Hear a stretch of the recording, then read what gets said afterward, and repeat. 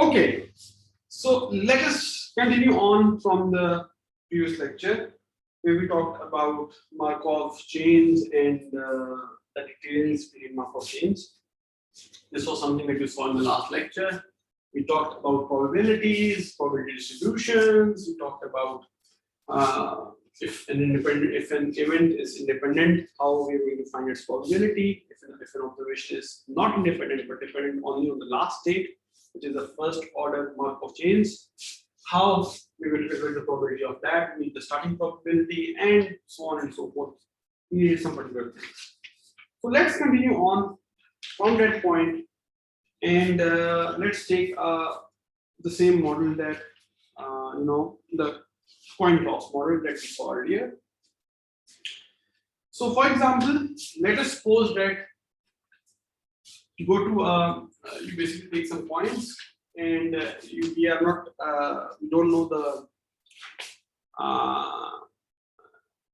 we've got, let's say, 2 coins in a box or something, and you actually select one coin, you toss it, you get a value, put it back, take the second coin, or you take and you mix the box again. You don't know which one it is. You cannot differentiate between them by their look, by their appearance.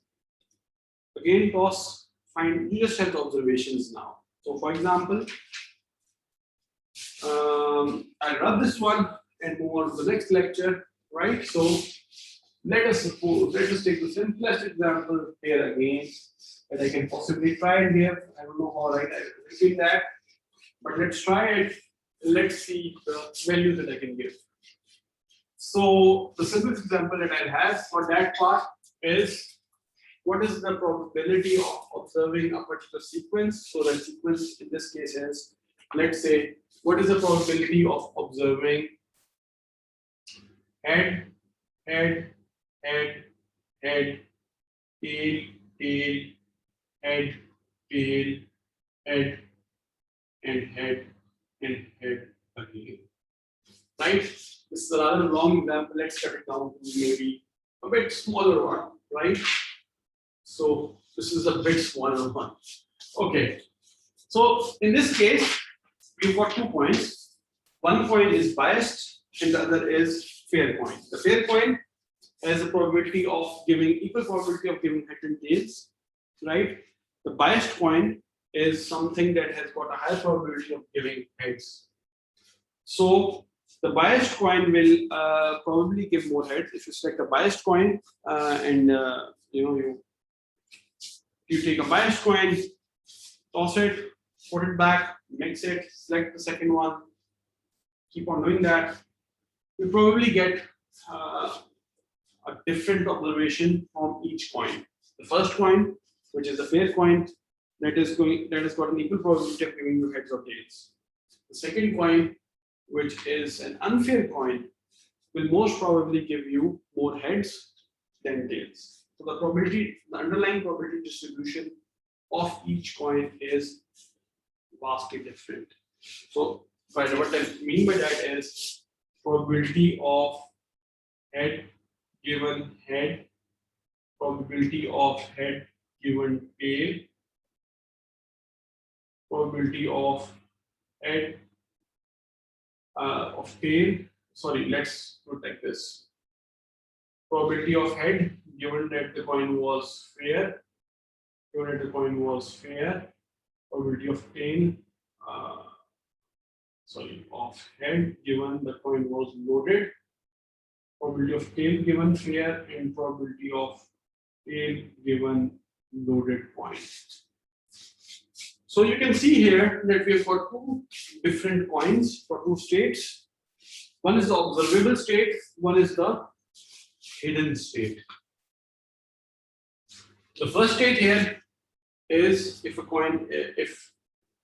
what we had seen in Markov chains as well. So in this case, it is probability of observing a head, right? And the other one is probability of observing a tail. But now we need to know which coin was used to identify what is the probability of this thing. So for example, if you say if it's a fair coin, then the probability of this head would be different. The probability of this T would be different if it's a fair coin. If it is a loaded point, each of these would be different. In this case, each of these events is independent. You need to know that probability of X is independent of this X is independent from this one, this is independent from this one, and so on. However, the thing is, we need to know which coin was used. If you know, if it's, for example, if I tell you that each of these was generated, this is from fair, fair, loaded, loaded, fair, loaded, fair, or let's do it loaded again and fair now, right? So if I tell you the coin that was used, हमारे पास दो coins हैं, एक है fair, एक है loaded. हमारे पास एक sequence observe हुआ है, which is some sequence, ठीक है, कुछ भी हो सकता है. And if I give you the fair or loaded coin, this coin से generate हो रहा है, अगर मैं आपको coins भी बता दूं, तब आप बड़े आराम से इसको use कर सकते हो. ठीक है, you can simply say this is probability of head given it a fair coin was used. Probability of head given a fair coin was used. Probability of head given a fair coin was loaded coin was used. Head loaded, tail fair. ठीक है, इसकी probability हम use करके you can easily come up and again using the same formula, same things. Just take the product and just you can just come up and say कि जी अगर हमें coin का ये मालूम हो तो हम कर सकते हैं. But here is where the problem comes. हमें coin कौन सी इस्तेमाल हो रही है ये मालूम नहीं होता, क्योंकि वो एक बॉक्स में पड़ी है, उस बॉक्स में आप वापस कॉइन को डालते हो, इस्तेमाल करते हो, उछालते हो, वापस कॉइन को डालते हो, मिक्स करते हो, फिर से दोबारा से निकालते हो. जब नया निकलेगा तो you won't know the probability of each of these, right? Simple, straightforward सा केस है, nothing complicated, nothing complex here. ठीक है, आसान तरीन काम. There's nothing complicated here. अच्छा, having said that, let's move on to the next thing. अब आप कहते हैं, after you have done this, after you are over with this, ठीक है, let us talk something more about something further. जिस तरह से मैंने आपसे कहा कि हमें मालूम नहीं है कि loaded है या fair है, so this thing is not known to us. ये है तो मौजूद है, of course, लेकिन मालूम नहीं होती. ठीक है, so I'm cutting it out. We don't know the underlying sequence. तो अब आप इसको कैसे मालूम करेंगे?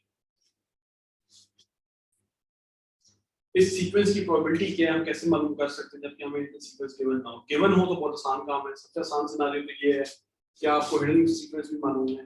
हिडन इसलिए इसको मैं कह रहा हूँ कि ये वो स्टेट्स हैं जिसका हमें मालूम नहीं, इनको मालूम करना चाहते हैं. हम मालूम ये करना चाहते हैं कि कौन सा किस स्टेज से वेट हो रहा है, दैट्स अ सेपरेट केस. ठीक है, करंटली हम सिर्फ प्रोबेबिलिटी मालूम करना चाह रहे हैं ऑब्जर्विंग दिस सीक्वेंस O. इस केस में हमारा जो O है that is all H's and T's etc. ठीक है, तो we will try and work on finding these different the probability of observing this sequence. ठीक है, तो एक तो है, एक क्वेश्चन तो यहाँ पे ये हो गया कि भाई इस खास सीक्वेंस को ऑब्जर्व करने की प्रोबेबिलिटी क्या है जबकि हमें अंडरलाइंग सीक्वेंस मालूम है. जब मालूम है तो आपने बड़ा सिंपल सा काम किया, आपने H given F multiplied by H given F multiplied by H given L multiplied by H given L multiplied by T given F multiplied by T given L multiplied by H given L multiplied by T given F कर दिया.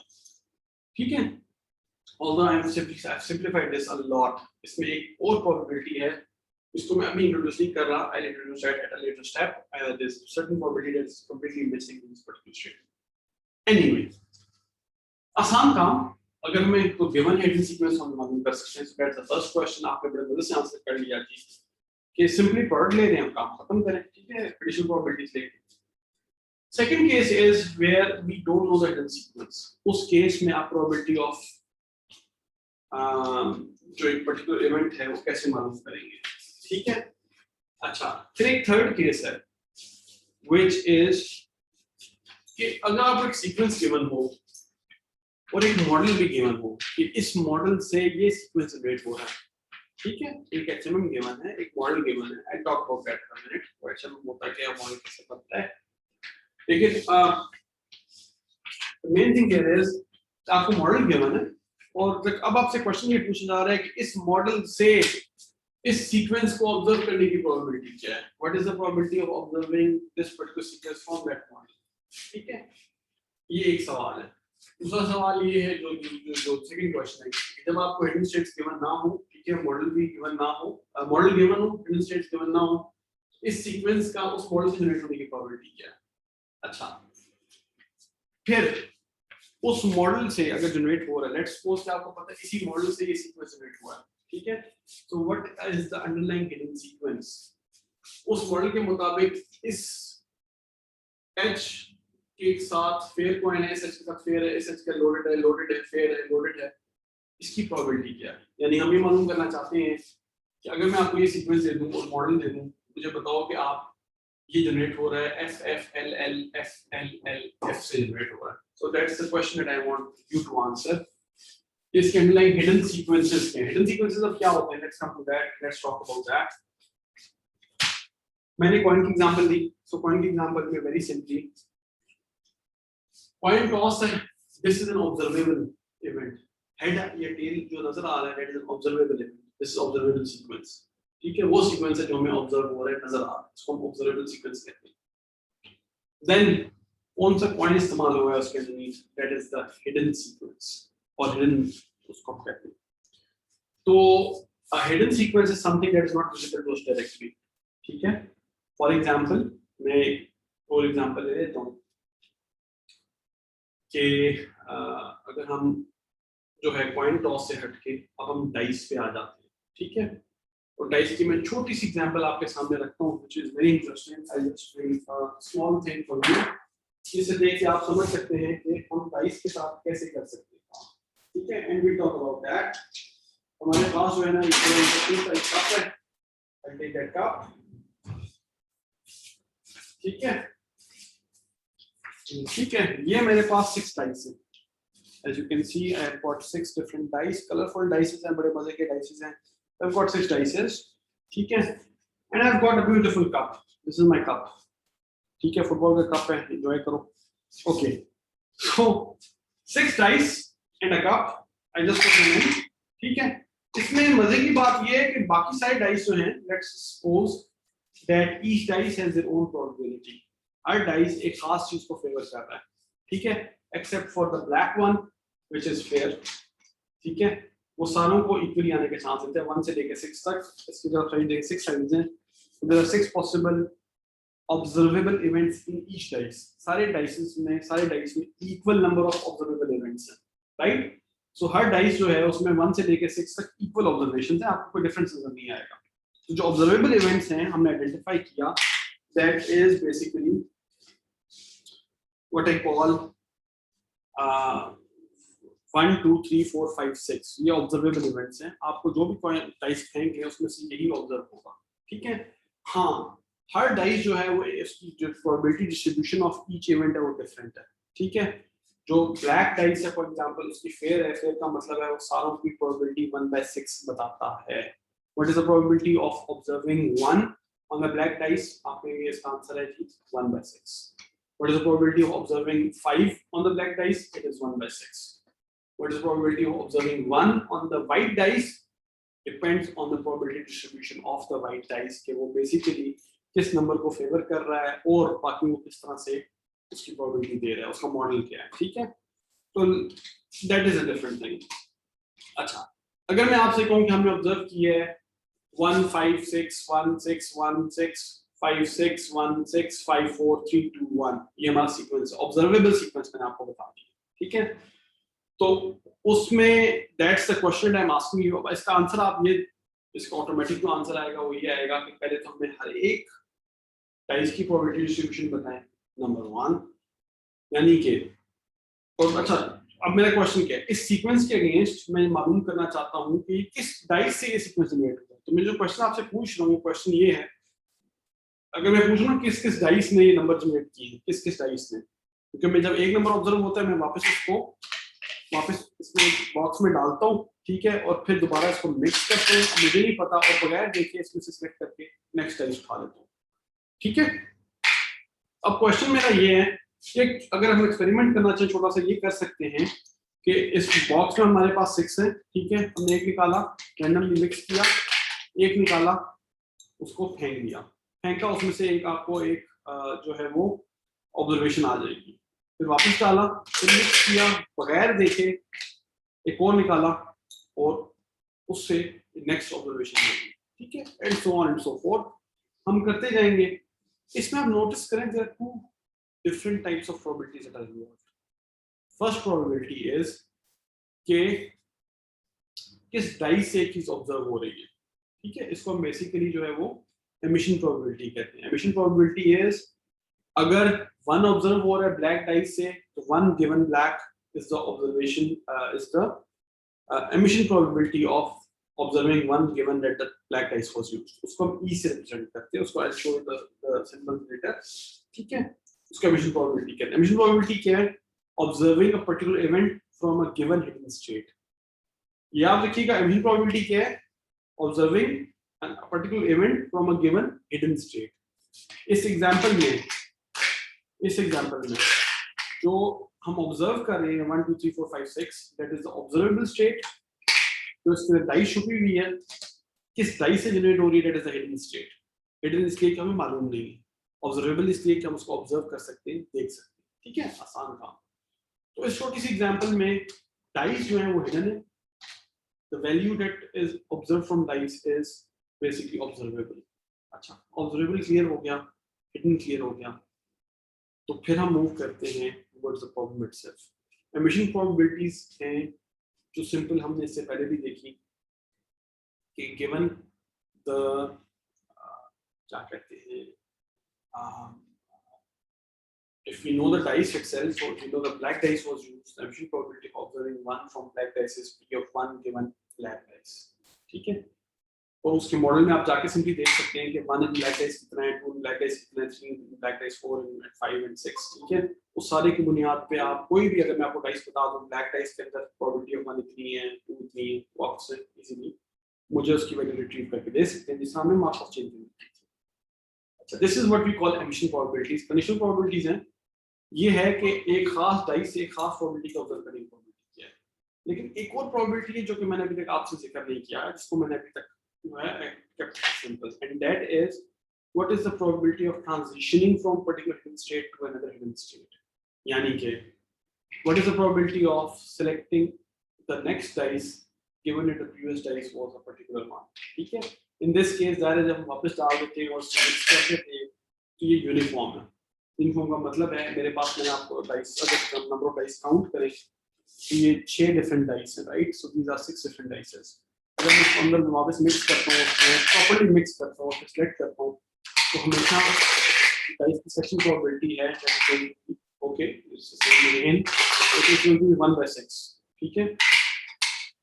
तो probability है, again mix कर रहा हूँ, लेकिन इस case में मिक्सिंग सही नहीं हो रही क्योंकि बेसिकली जो टॉप का डाइस है वो टॉप पे रह रहा है, वही सेलेक्ट हो रहा है, तो इस केस में इट्स नॉट यूनिफॉर्म। अगर ऐसा है कि एक खास डाइस को किसी वजह से फेवर किया जा रहा है बिकॉज ऑफ इट्स वेट और समथिंग, ठीक है, या एक खास पैटर्न को हमेशा फेवर किया जा रहा है, so like we saw probability of sunny to cloudy, cloudy to sunny, एक खास पैटर्न नजर आता है, इसको हम कहते हैं ट्रांजिशन प्रोबेबिलिटीज। मार्कोव चेन में भी ट्रांजिशन प्रोबेबिलिटीज हैं, इसमें भी ट्रांजिशन प्रोबेबिलिटीज, लेकिन यहाँ पे ट्रांजिशन प्रोबेबिलिटीज का मतलब है एक हिडन स्टेट से दूसरी हिडन स्टेट में जाना, ठीक है। एक एमिशन प्रोबेबिलिटी होगी, एमिशन प्रोबेबिलिटी होगी एक खास स्टेट के अंदर एक खास इवेंट को ऑब्जर्व करना। दूसरी प्रोबेबिलिटी मैंने आपको बताई transition probability which is going from one state to another state, ठीक है जी। That should be clear to you. Till this point मैंने सिंपल आपको ये बताया है कि आप हिडन स्टेट क्या होती है, ठीक है। हिडन स्टेट में जो एक कॉन्सेप्ट है ट्रांजिशन प्रोबेबिलिटीज का, फिर एक कॉन्सेप्ट है एमिशन प्रोबेबिलिटीज का। So the transition probabilities, the terms used for transition probability, so what I mean by that is transitioning from one hidden state to another hidden state, ठीक है। अगर मेरे पास एक स्टेप में एक डाइस था, मैंने उसको मिक्स किया और उसके बाद दूसरा डाइस सेलेक्ट किया, और ये जो मिक्सिंग हो रही है यूनिफॉर्म मिक्सिंग है, इसका मतलब है कि मेरी सारी transition probabilities from the previous state to the next hidden state, previous hidden state to the next hidden state is 1/6। अच्छा, अगर मेरे पास फेयर कॉइन है, फेयर डाइस है, ब्लैक जो है फॉर एग्जांपल, उसमें से एमिशन प्रोबेबिलिटी क्या है, वो भी 1/6 है, because there are 6 states, 1 2 6 observable states, 1 2 3 4 5 6। उन 6 ऑब्जर्वेबल स्टेट्स में से जो भी चीज ऑब्जर्व हुई है P of 1 given black is 1/6, ठीक है। And probability of selecting a black from let's say from green is 1/6 again, ठीक है। प्रीवियस जो भी था वो 1/6 है। तो आपके पास जो एमिशन प्रोबेबिलिटी है that is 1/6 coming from the black, या अगर अगर दूसरे मॉडल्स लेते हैं तो जो भी डाइस है उसकी जो अंडरलाइन हिडन जो उसकी अंडरलाइन डिस्ट्रीब्यूशन है फॉर दैट पर्टिकुलर 1 2 3 4 5 6 की, वो हमारी जो ऑब्जर्वेबल स्टेट्स की डिस्ट्रीब्यूशन है 1 2 3 4 5 6 की, वो हमारी उसकी जो है वो एमिशन प्रोबेबिलिटी है। ऑन द अदर हैंड जो स्टेट है current state which is current hidden state which is green for example, तो given कि previous state जो थी वो black थी, what is the probability of selecting a green dice in the next one given that the previous selected dice was black? ये हमारी absorption probability है, ठीक है। ये हमारी basically जो है वो transition probability है। transition probability मैंने बता दी, मैंने आपको transition probability के साथ emission probabilities बता दी। इसका मतलब है कि if I have to build a model, hidden Markov model, मुझे किस चीज की जरूरत होगी? अगेन अगर आप इसी एग्जांपल को ले लेते हैं, ठीक है, just let's take this example. अगर मैं पूछूं आपसे what is the probability of observing these sequences, यहाँ गिवन है, given that unlike state is this, आप कहेंगे कि पहले मुझे कुछ आप प्रोबेबिलिटीज बताएं, ठीक है, कुछ चीजों को इंट्रोड्यूस करें, and I try to use the same syntax. Basically, मैं syntax अपना use करता हूँ for now, and then we go to the same syntax as that of by used by Rabin et al. ठीक है? तो अब आपका क्वेश्चन ये है कि what is the probability कि जनाब HHHH observe हो रहा है और from these hidden states, ठीक है? तो इसका आंसर ये है कि this is equivalent, इसको मालूम करने के लिए मुझे सबसे पहले तो कुछ probabilities चाहिए, ठीक है? सबसे पहले मुझे कौन सी प्रोबेबिलिटी चाहिए? If I have to say ये जो जनरेट हो रहा है, let's take a small example, simplest example, loaded loaded loaded loaded fair fair fair and fair, ठीक है, लेट अस सपोज की ये, तो इसका आंसर जो है the probability of observing these events from these states is, इसको मालूम करने के लिए मैं आपको बताया तो हमें क्या चीज चाहिए? Probability of starting with a loaded die multiply it with probability of observing H in loaded die, ठीक है, multiply it with probability of loaded given loaded, ठीक है, नेक्स्ट जो डाई सिलेक्ट हो रहा है वो भी लोडेड ही सिलेक्ट हो रहा है, ठीक है, अगर दो डाई है, एक लोडेड एक फेयर है, उस केस में बात कर रहा हूं, multiplied with probability of observing H again in loaded, multiplied with probability of selecting loaded given loaded, ठीक है। So now I have सबसे पहले जो L था इसकी सिलेक्शन ले ली, इसके बाद यहाँ से यहाँ की ट्रांजिशन ले ली, so this is transition probability, अच्छा this is this one, इसके बाद यहाँ से यहाँ की ट्रांजिशन ले ली which is this one, multiplied by probability of observing H again in loaded, ठीक है, multiplied by probability of loaded to loaded, ठीक है, this one multiplied by probability of observing H in loaded, ठीक है। तो हमारे पास basically 1 2 3 4 चारों H की प्रोबेबिलिटी ले ली, ठीक है, H in loaded, ठीक है, और इधर से हमने उसकी जो ट्रांजिशन प्रोबेबिलिटीज हैं वो भी लेते जा रहे हैं। लेकिन अब ट्रांजिशन किसकी हो रही है? अब आप लोडेड से फेयर पे जा रहे हैं, probability of observing fair given the previous state was loaded multiplied by probability of observing P in fair multiplied by probability of going from a fair point to a fair point multiplied by probability of observing T in fair, ठीक है, multiplied by probability of going from fair to fair multiplied by probability of observing H in fair multiplied by probability of going from fair to fair multiplied by probability of observing T in fair and multiplied by probability of ending on basically a fair point basically from E given that the previous state was fair, ठीक है जी। अच्छा, अब इसको मैं थोड़ा सा divide करूंगा कि हमने ये किया क्या है, ये थोड़ा सा हुआ क्या है इसमें, ठीक है, I need to explain that a little bit. So this particular scenario we knew the sequence, the observable sequence O, ठीक है, so observable sequence O कि हमने ये मालूम करना है, so what is this? ठीक है, इसमें O here, O here is H H H H T T H T, ठीक है जी। तो इसमें एक बात तो हमें जो मालूम है वो हमें ऑब्जर्वेबल सीक्वेंस गिवन है, ठीक है। हिडन सीक्वेंस को मैं H से रिप्रेजेंट करता हूं, सो H is L L L L F F F F, हमें हिडन सीक्वेंस D मालूम है, ठीक है। आई थिंक इसमें अगर मैं C को यूज कर लूं that might be better a little bit for you to understand. हम एलिमेंट्स की बात कर रहे हैं, हम इसमें जो यूज किया है I can kind of try and use the same observable sequence O है, ट्रांजिशन प्रोबेबिलिटीज हैं, ओके अच्छा ठीक है, ABC को बाद में यूज करते हैं।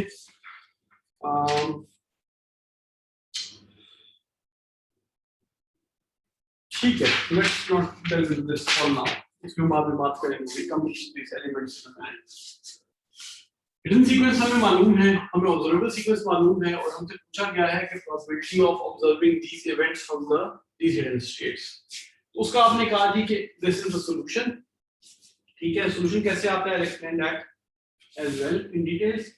लेकिन अगर हम इसको डिवाइड करें, so probability of starting from a particular event, ठीक है, अगेन इसका हमें हमारे पास जो सिस्टम मौजूद है उसको पाई कहते हैं।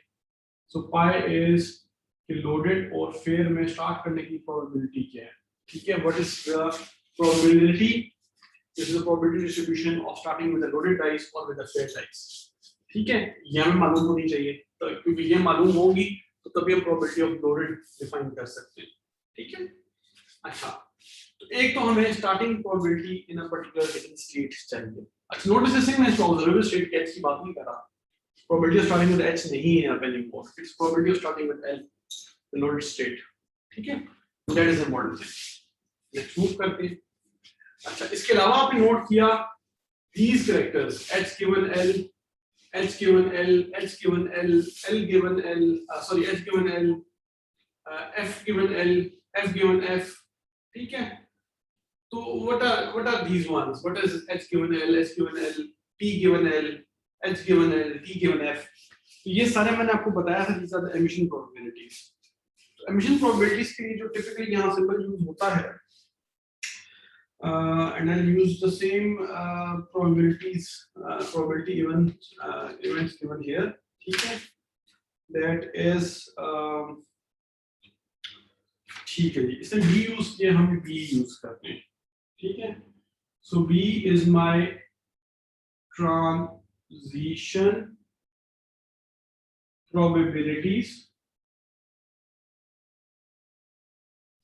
और B क्या होगा, B in this case is, sorry, B is not transition, B is my emission probabilities।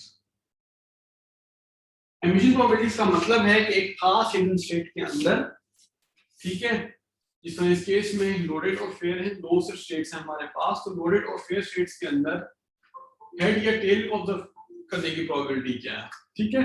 So that is simply going to be a matrix, basically two matrices, ठीक है। इसमें आप इस तरह एक ही मैट्रिक्स बना देते हैं, keep things simple for now, ठीक है।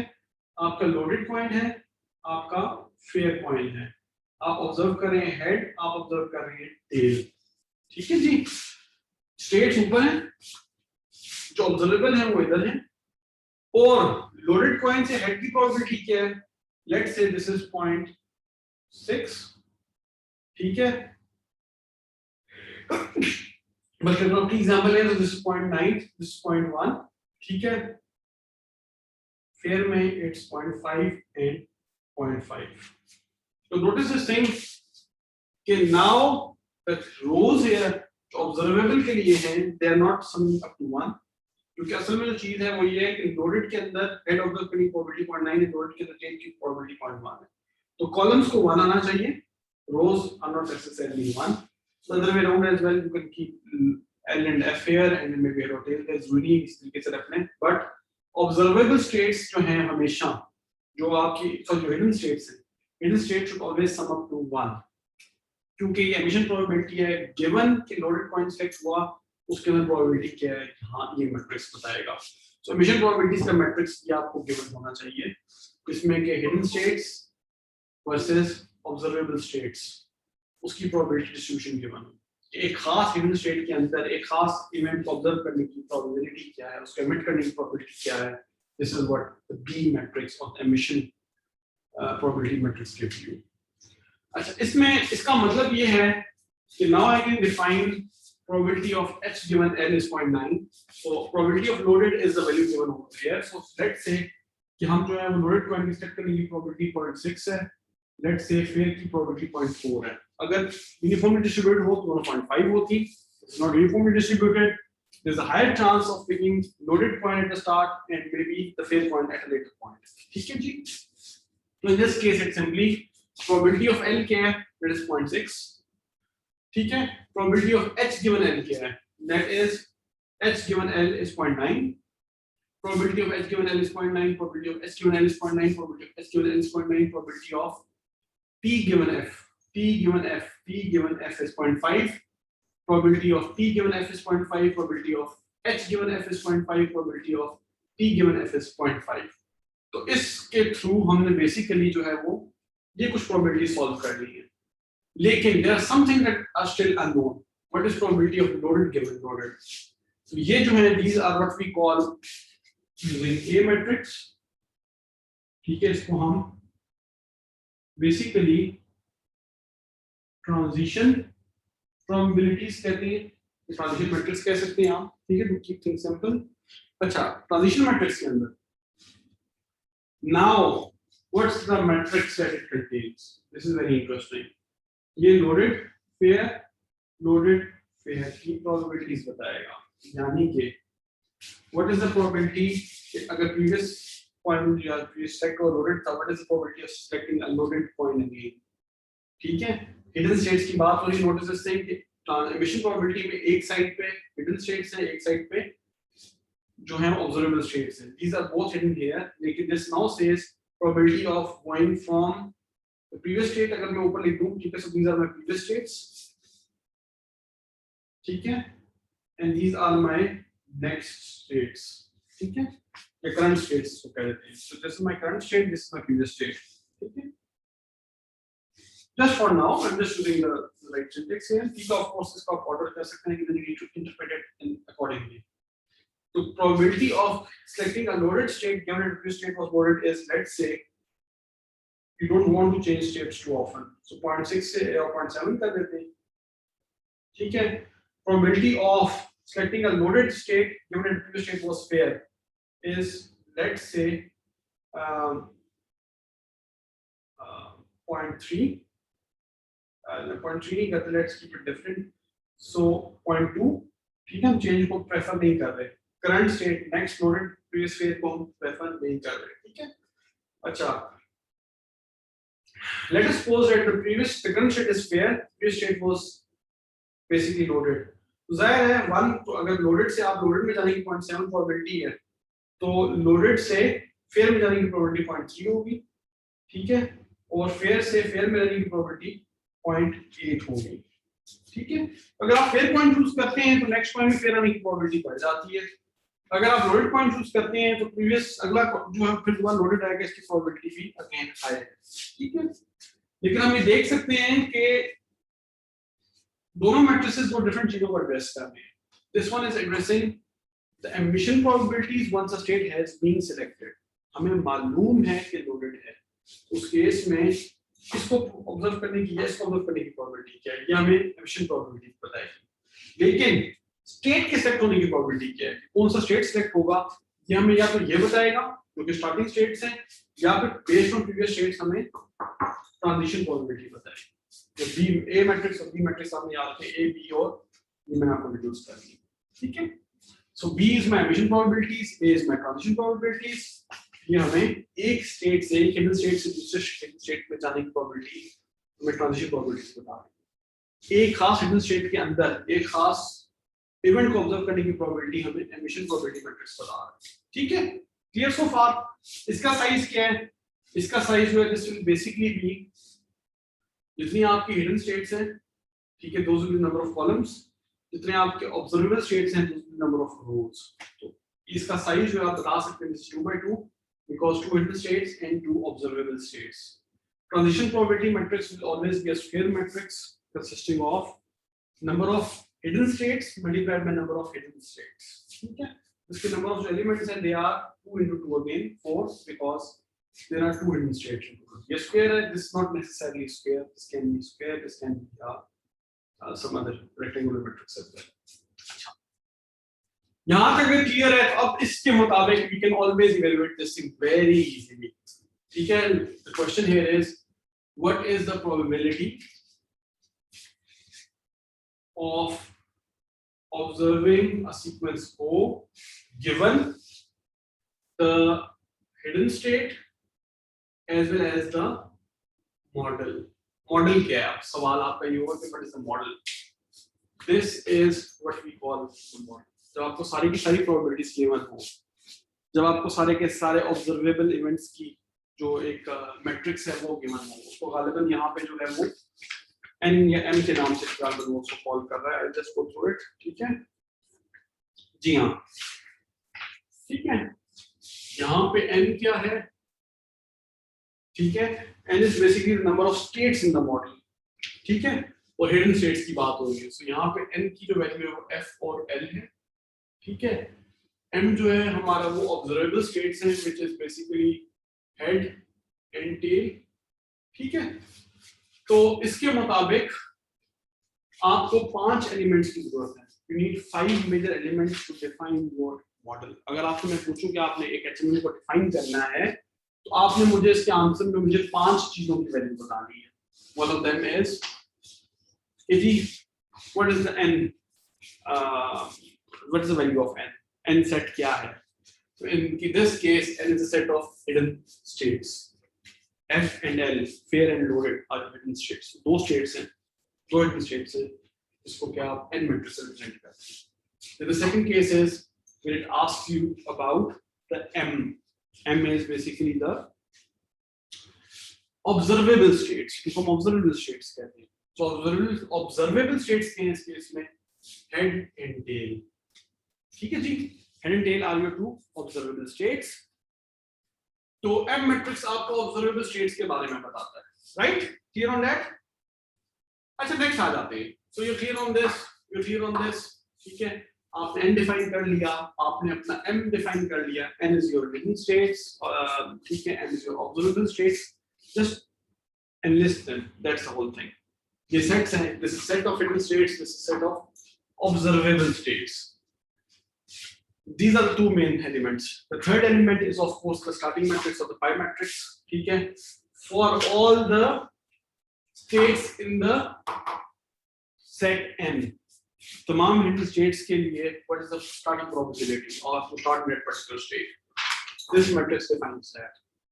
Then we need to define the A matrix. A matrix is the transition probability matrix, which defines what is the probability of transitioning from one hidden state in n to another hidden state in n. So इसका जो size है transition probability matrix का, it is always n by n, because अगर n में 2 elements हैं it is 2/2, n में 3 होते तो 3/3 होता, 4/4, 5/5, whatever, but it will always be a square matrix. ठीक है जी, so that is your transition probability matrix from one hidden state to another hidden state.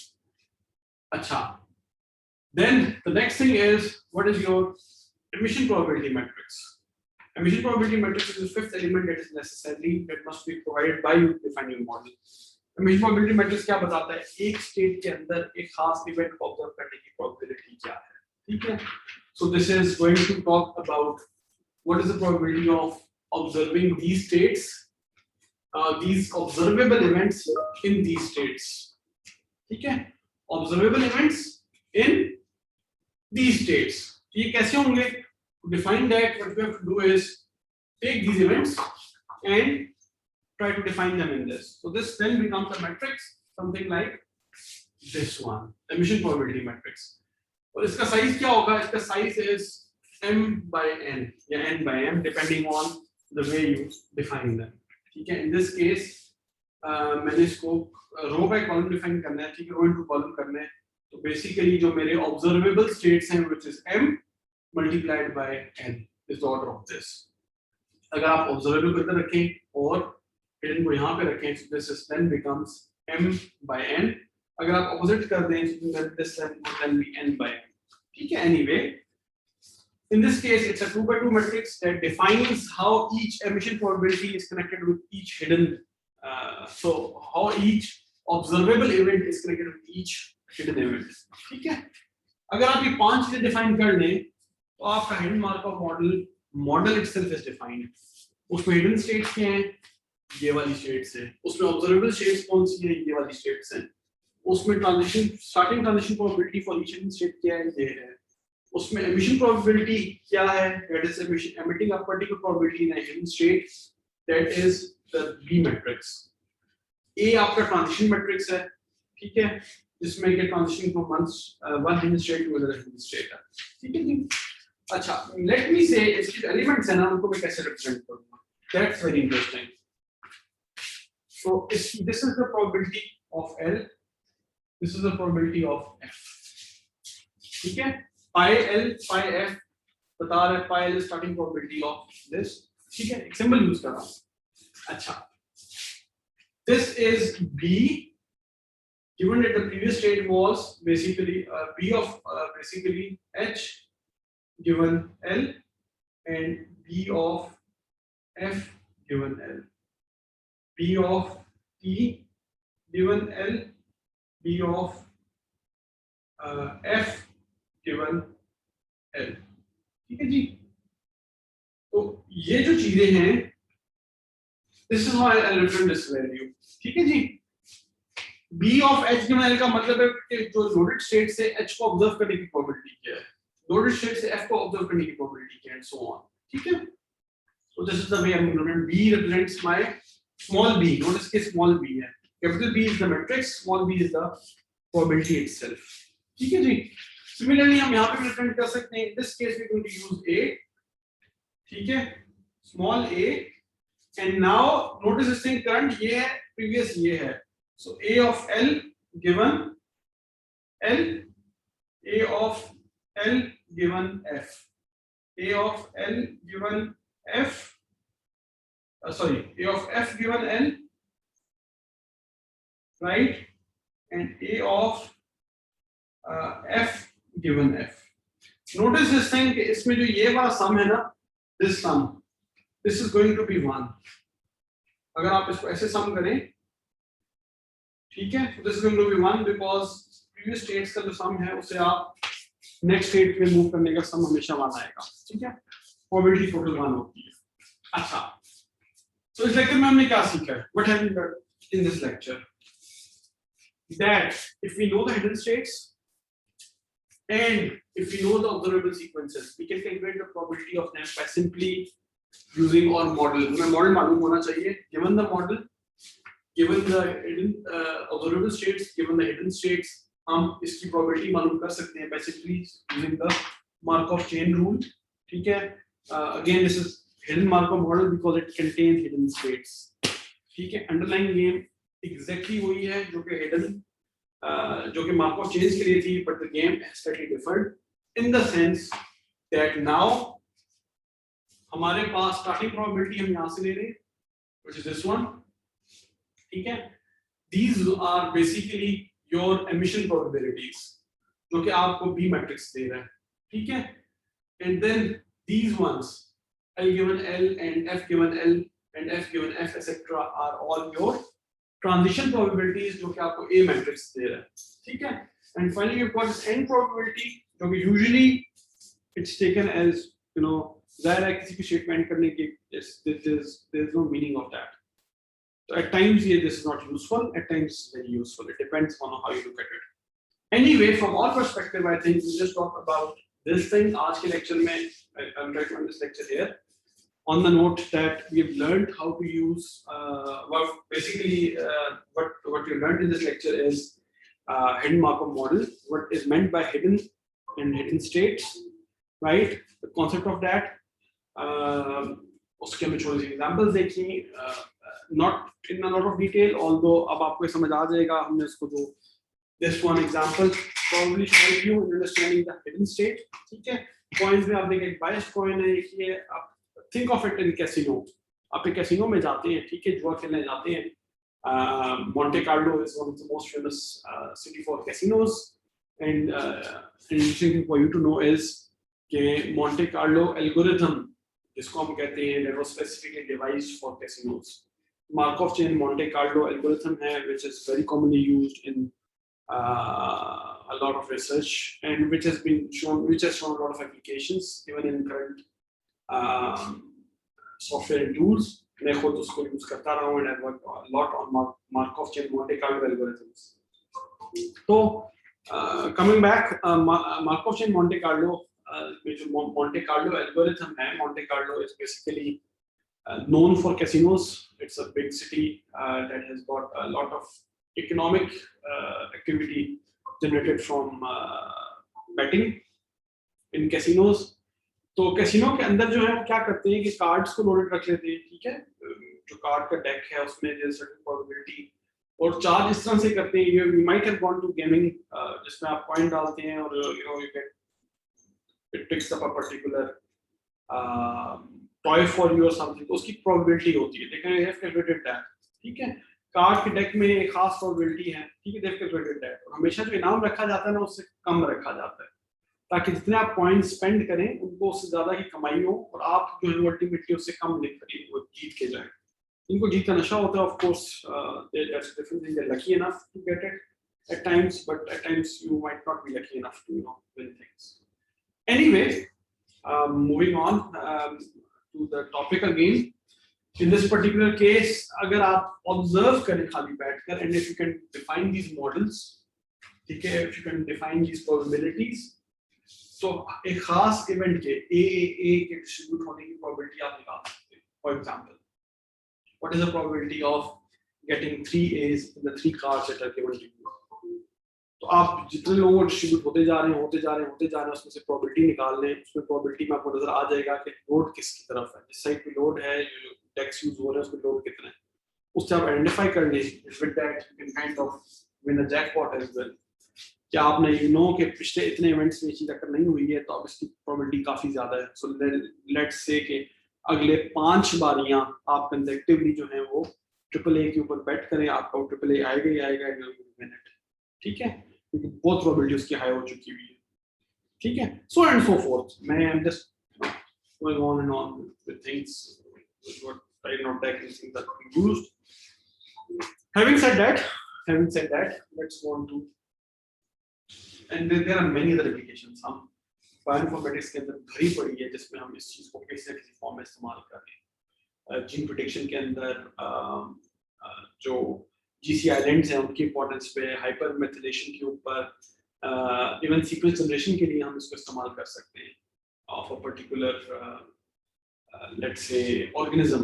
एक ऑर्गेनिज्म में एक खास सीक्वेंस अगर कर रहा होता है तो अगर आप उसको सिमुलेट करना है, उसी की तरह का बनाना है, you could generate a model of that particular sequence. उस मॉडल के ऊपर से अगर आप प्रिपरेशन करवाएं without worrying about the underlying hidden state, तो automatically आपको उसके corresponding sequence को generate कर दे सकता है. There are lots of things that can be done. ठीक है जी. I'm not going to go into details here. Not too many details. Just let's keep the thing simple. Both सारी applications हैं. But for now, the very simplest case, आपने coin toss के साथ कर लिया. I could go for cards. Card में आपको 52 cards की मैं दे दूं डिस्ट्रीब्यूशन और उसके बाद आपसे पूछूं 52 कार्ड्स की एफिशिएंट प्रोबेबिलिटीज ये हैं. 52 कार्ड्स जो अंडरलाइंग डिफरेंट कार्ड डेक्स हैं, एक में 52 कार्ड्स हैं, एक में 52 कार्ड है, 52 कार्ड इसमें मुख्तलिफ डेक्स से चीजें मौजूद हैं, मुख्तलिफ प्रोबेबिलिटीज हैं. जो फेयर होगा जिसमें प्रॉपर 52 कार्ड होंगे उसमें जाहिर है it's going to be 1/52 for each card. लेकिन ऑन द अदर हैंड जो दूसरा डेक है जिसमें कि लेट्स से मैंने सिर्फ हार्ट्स के रखे तो उसमें जो है वो हार्ट्स वाले कार्ड्स की प्रोबेबिलिटी जो है 1/13 होगी और बाकी सारों की जो प्रोबेबिलिटी है वो 0 होगी automatically and so on depending on डेक्स में कर सकता हूँ. तो नेचुरली क्वेश्चन इसमें डाइस से आ सकते हैं, कार्ड से आ सकते हैं, वेदर पैटर्न से आ सकते हैं. उसमें ज़ाहिर है वेदर जो है वो उसका प्रॉब्लम थोड़ा सा ये है कि स्प्रिंग के बाद जो है आमतौर पे समर आता है, समर के बाद उसमें एक जो हिडन स्टेट है ना उसका एक खास पैटर्न है, इट्स नॉट रैंडम सिलेक्शन, ठीक है। तो ये सिर्फ उन चीज़ों पर अप्लाई हो सकता है जिसमें कि रैंडम सिलेक्शन पॉसिबल हो, तो वेदर में पॉसिबल नहीं है, I can tell you that straight away, simple. अच्छा, नंबर 1, नंबर 2, मतलब इफ दिस इज क्लियर फिर हम आगे मूव करते हैं सेकंड स्टेप के ऊपर, which is about क्या कहते हैं, let's talk about, मतलब हमने एप्लीकेशंस की बात कर ली, हमने थोड़ा सा आपको मॉडल बेसिक मॉडल डिस्कस कर लिया, मॉडल के एलिमेंट्स डिस्कस कर लिए, और मॉडल की एप्लीकेशन हमने छोटी सी देख ली कि अगर हमें सीक्वेंस भी गिवन हो और उसका जो है वो हिडन सीक्वेंस भी गिवन हो, ऑब्जर्वेबल सीक्वेंस भी गिवन हो, हिडन भी गिवन हो, तो उसको हम कैसे इस्तेमाल कर सकते हैं उसकी प्रोबेबिलिटी कैलकुलेट करने के लिए, something which is an extension of Markov chains in essence in its theory. Exactly. The only thing here is that we have changed the meaning of, or we have introduced the notion of transition states or transition probabilities as well as emission probabilities. Hidden states are again, that's the only thing that has changed is it's almost the same. लेकिन आप देख सकते हैं कुछ नई redundancy हुई है. Some of them are emission probabilities, some of them are transition probabilities. ठीक है? And how do I get to this? That is very interesting. So probability of starting with this.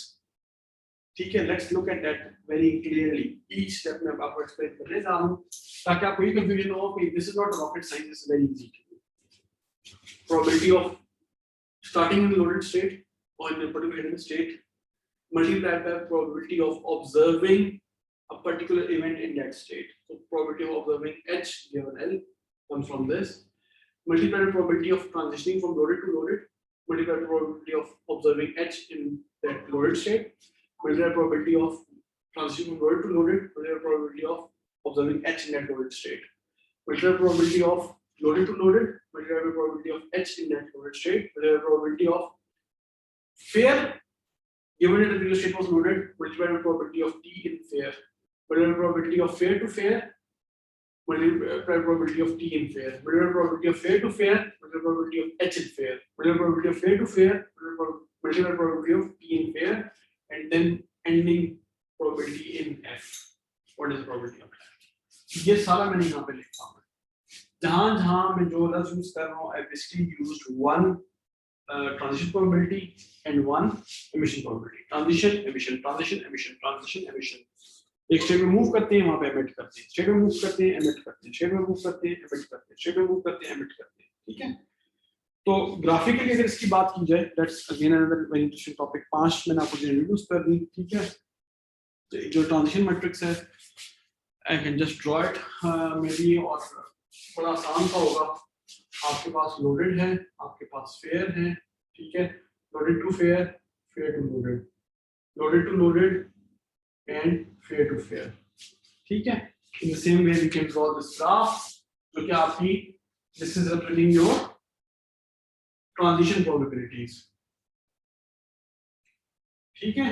emission probabilities जो हैं they are slightly different, we'll see emission probabilities जो है, if I just draw them, अच्छा इस example को मैं रब कर देता हूँ, ठीक है। You know this now, how I derived this, how I got to this, I'm just going to rub this one now, but the reality is कि आपको भी इस्तेमाल करना कम से कम आ गया है, ठीक है।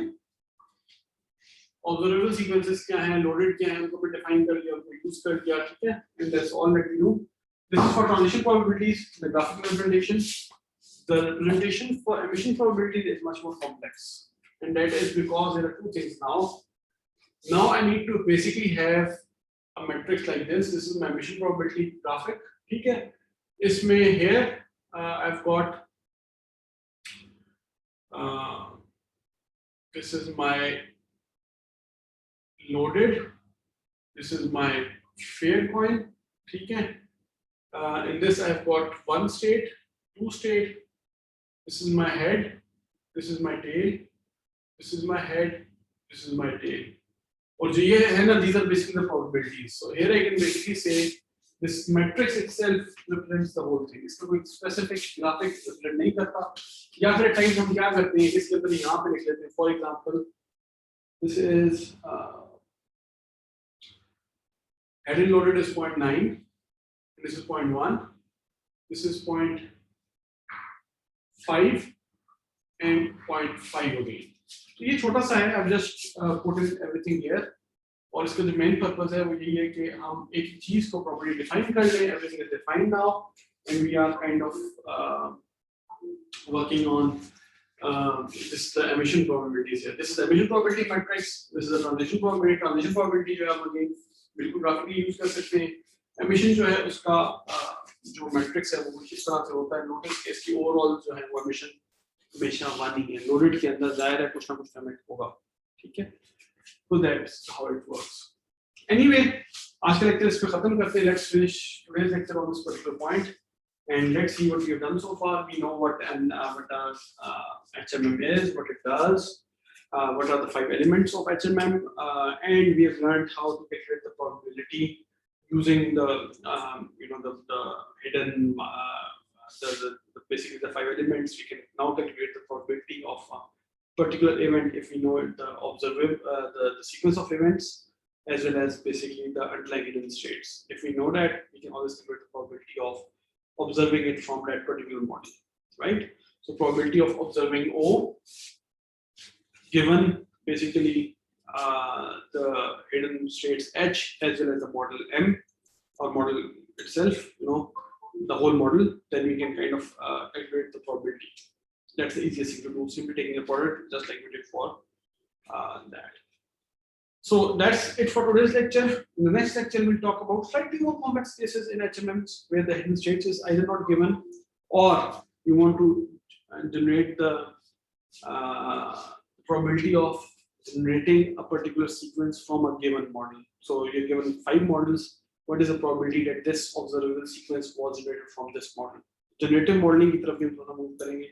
The sequence generation के लिए, that is where it comes to के एक खास मॉडल से एक खास किस्म का सीक्वेंस जनरेट करने की प्रोबेबिलिटी क्या है. That is what we will discuss in the next 2 lectures probably. एक को हम वेटिबिलिटी प्रॉब्लम कहते हैं, एक को हम फॉरवर्ड बैकवर्ड प्रॉब्लम कहते हैं. We'll discuss that. उसके बाद जो है ना, let's say कि अगर आपके पास सीक्वेंसेस गिवन हो, ऑब्जर्वेबल डाटा गिवन हो, उस पर ट्रेन कैसे करते हैं, उससे HMM कैसे बनाते हैं, यानी कि प्रोबेबिलिटीज कहाँ से आती हैं, जो ये मॉडल की प्रोबेबिलिटीज यही कहाँ से आती है. That is the third problem. इसको हम डिस्कस नहीं कर रहे हैं, not now, at least not in this course, क्योंकि वो बॉम्ब-वेल्च एल्गोरिथम और एक्सपेक्टेशन मैक्सिमाइजेशन की तरफ चला जाता है. We don't have time for that. But those two are again very interesting applications. यानी कि अगर मैं आपसे ये कहूँ कि हमने ये सीक्वेंस ऑब्जर्व किया, ये सीक्वेंस ऑब्जर्व किया, ये सीक्वेंस ऑब्जर्व किया, सीक्वेंस के ऑब्जर्वेशन दे दूँ, उस पे कहूँ कि train it for transition matrix as well as train it for transition probability निकालने and find the emission probabilities. तो वो जो है ना emission probabilities, transition probabilities define करना या refine करना, ताकि मॉडल आपका refine होकर ultimately खास फॉर्म में आ जाए. That is done through EM and Baum-Welch. हम उसको skip कर रहे हैं. Other than that, other 2 problems, यानी कि the problem of आइडेंटिफाइंग के एक सीक्वेंस की इस खास मॉडल से जनरेट होने की प्रोबेबिलिटी क्या है, उसको हम डिस्कस करेंगे एल्गोरिथमिकली. और दूसरी हम डिस्कस करेंगे कि अगर आपको मल्टीपल जो है, फॉर एग्जांपल अब मॉडल फिक्स हो गया, आपने ऐसी मॉडल से सीक्वेंस जनरेट हो रहा है, so what is the underlying hidden sequence. It is से ऑब्जर्वेबल सीक्वेंस आपको मॉडल यही वाला मॉडल देगा. ठीक है, तो मॉडल आपको मालूम है, आपको ऑब्जर्वेबल सीक्वेंस मालूम है, लेकिन आपको क्वेश्चन है कि इसके अंडरलाइंग हिडन सीक्वेंस क्या है. So that is again a question that we probably answer in the coming lectures. So till then, take good care and see you in the next lecture. I hope you learned something about HMMs, in particular about the elements of HMMs in this lecture. See you in the next lecture. Take care. Allah Hafiz.